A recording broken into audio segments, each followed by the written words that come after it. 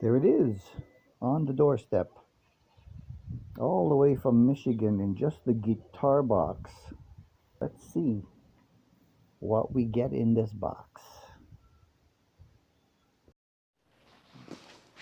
Okay, we are at bench number 2 for Ocean Blue.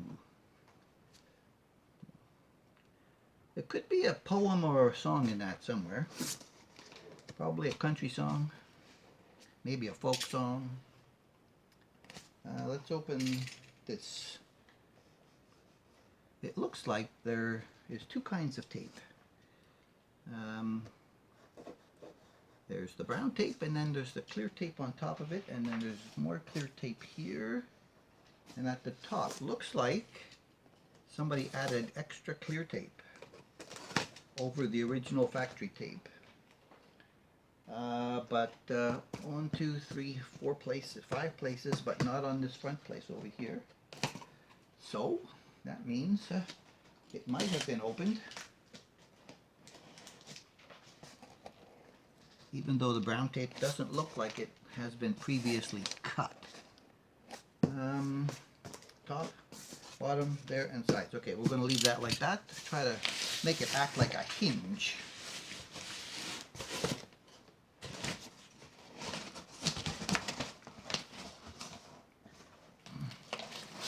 And there we go. Oh, we have a wrench right on the top. Loose. Okay.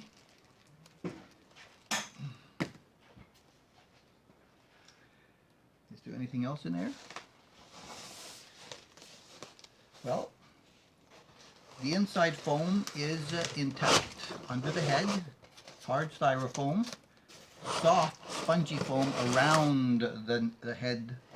Soft, spongy foam on the upper and lower part of the body, and soft, spongy foam at the bottom where it's sitting on there. Oh, and a piece in the head box that would sit on top of the strings.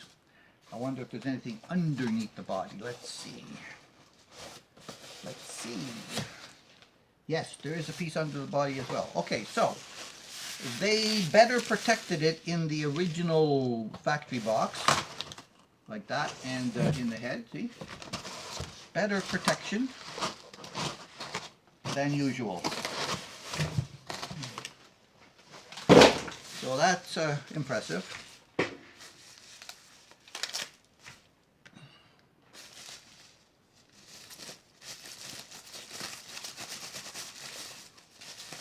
Let's see if there's any difference between the ocean blue and the emerald green.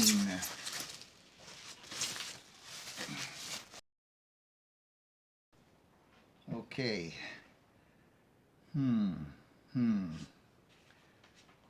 I'm going to put on my up close and personal spectacles.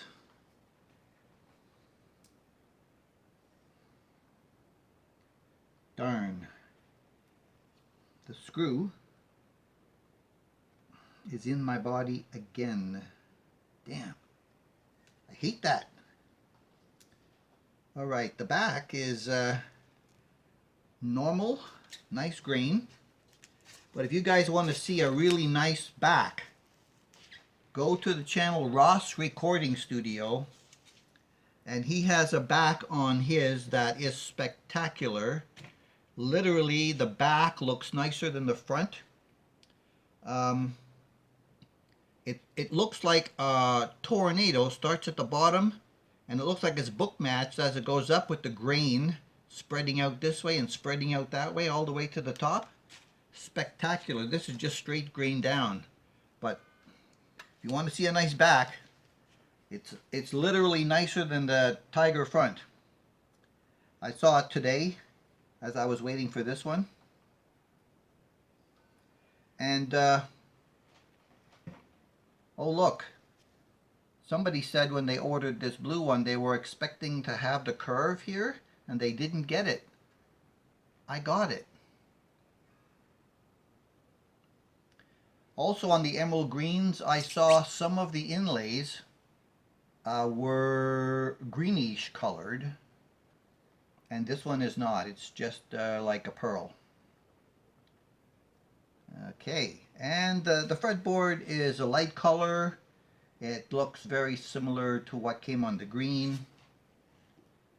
I don't see anything at the moment that would be finish defect.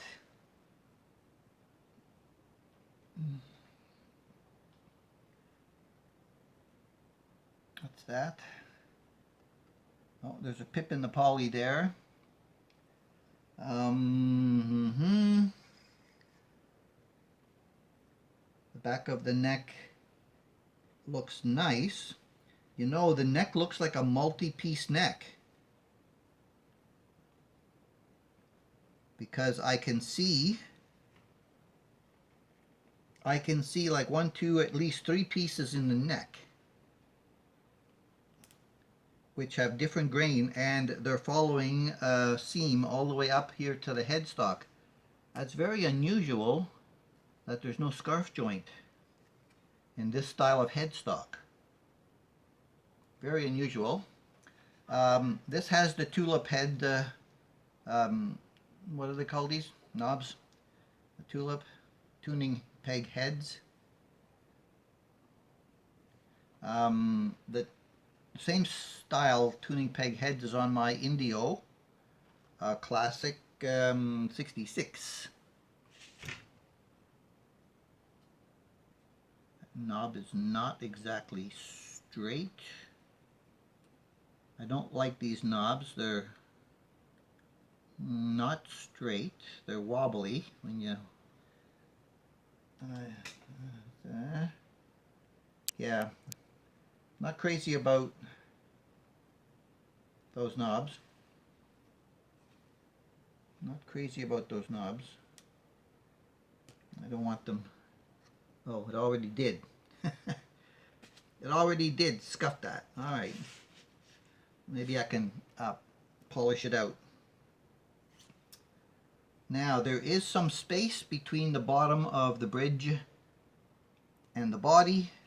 That's mostly because the action came in quite high on it, especially if you look on this side. Get up nice and close. See, it's quite high there. Yeah, that's not what I like. I did get a roller bridge on the green one. There was space for me to put it on and still be able to get the action on it that I desire. That switch feels good. Let's hope, hopefully it works good. Oh, this pot is also in crooked. The pot's in crooked. Take a look at the other ones.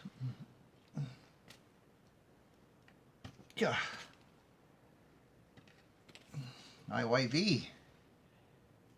Okay, that's straight, straight, straight. Crooked, and it doesn't have the same height out of the body as the other 3. And there is some gold on it from the gold paint that's on these knobs.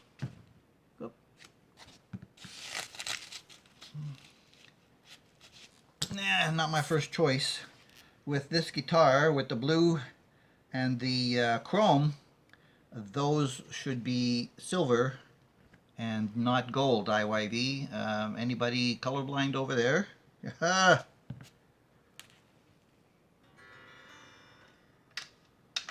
They should be silver to go with everything else. There should not be gold on the blue and chrome. Okay, we shall see how the rest of it goes. I'm very unhappy about the back end of that screw touching the body. Man, and it is right down there too. Where they put this one on the side, I wonder if they drilled more than one hole here for that. I'll see when I pull that off if they did or did not. A few guitars came with, you know, a screw hole there and a screw hole covered up that they thought it was too high, then they re-drilled it. And if it had been a little bit higher, the back end of that screw would not be into the poly on the top. It's probably made a divot. That happened on something recently. What was it? I can't remember. Oh, the gold top from Harley Benton. Gold top 2 had that divot in it. Gold top 1 was saved. It wasn't that deep, but this one could be. It's quite taut in there, even though it's a very thin plastic pick guard, which, you know, I don't really like. I don't mind the protection here. I just don't like the way they do that. I like to see more of the blue, but what I've done on a couple is that I've taken that off and I've ground the screw down at the back so that it's not long enough to be able to touch the top of the body. Alrighty, that looks pretty good. Let's see what we have with tuners. I think they have about the same kind of play as the original green one. So the A string is less than the E string, and the D is about the same as the A. Sometimes you get a set which is not too bad on something, and there'll be one that's out a lot. So this one feels pretty good. It's only about an eighth. That's a little bit more than an eighth. So that one, the B and the E, are two batter ones. That's a technical term, batter.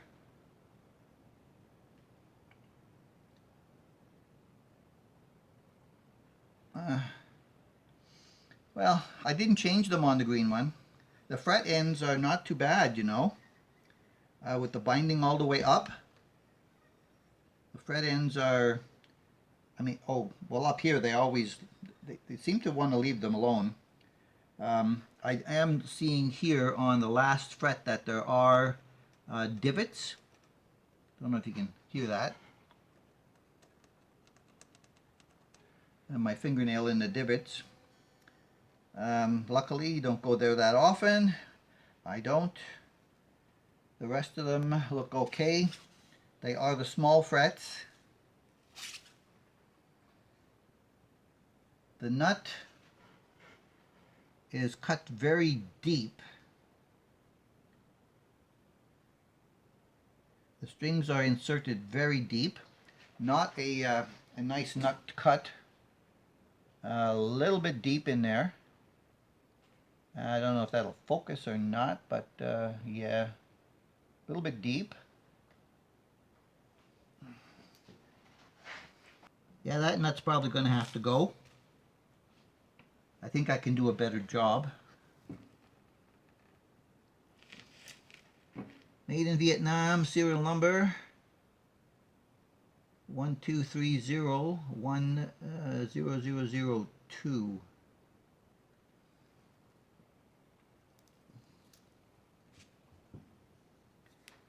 I don't know if that's the same number that comes out on all the guitars or if it's actually a unique number. Ross, if you see this, and anybody else that has the blue, look at your serial number and see if it's 1230 and 10,002.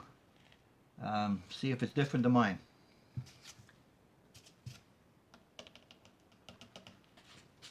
Okay, that's the visual part. It's nice that it has the smooth cutaway here. That's very Harley Benton-ish. Apparently some of the IYV guitars are made in the same factory in Vietnam as a few Harley Benton models, and that's why it should feel that way. There's a tiny defect here in the front. Looks like there was a chip. You can feel it with your finger as it runs over it. It looks like there was a chip out of the wood. Somebody put a piece back in, but they missed a tiny little bit, and they filled it with poly. And you'd probably never notice it. A good buffing will probably make it pop, and we'll see where we go from there. So the next thing will be to tune it up and see if we can get sound from all of the positions, and set the truss rod and the like. Here we go.